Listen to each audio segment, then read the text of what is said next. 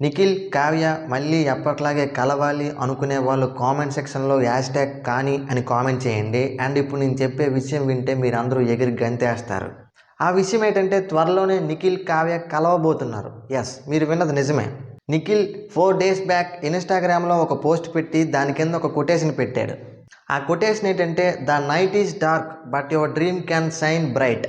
అంటే రాత్రి అనేది చీకటిగా ఉంటుంది, కానీ మనం కన్న కళ మాత్రం ఎప్పుడు ప్రకాశిస్తూనే ఉంటుంది అని అన్నాడు.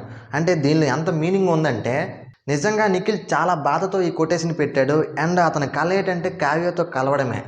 అయితే నిఖిల్ ఈ కొటేషన్ పెట్టిన 2 days తర్వాత కావ్య ఒక కొటేషన్ పెట్టింది. ఆ కొటేషన్ ఏంటంటే, living life in full Bloom. దీని తెలుగు అర్థం ఏంటంటే పూర్తిగా వికసించడం, అంటే రీస్టార్ట్ చేయడం లైఫ్ని.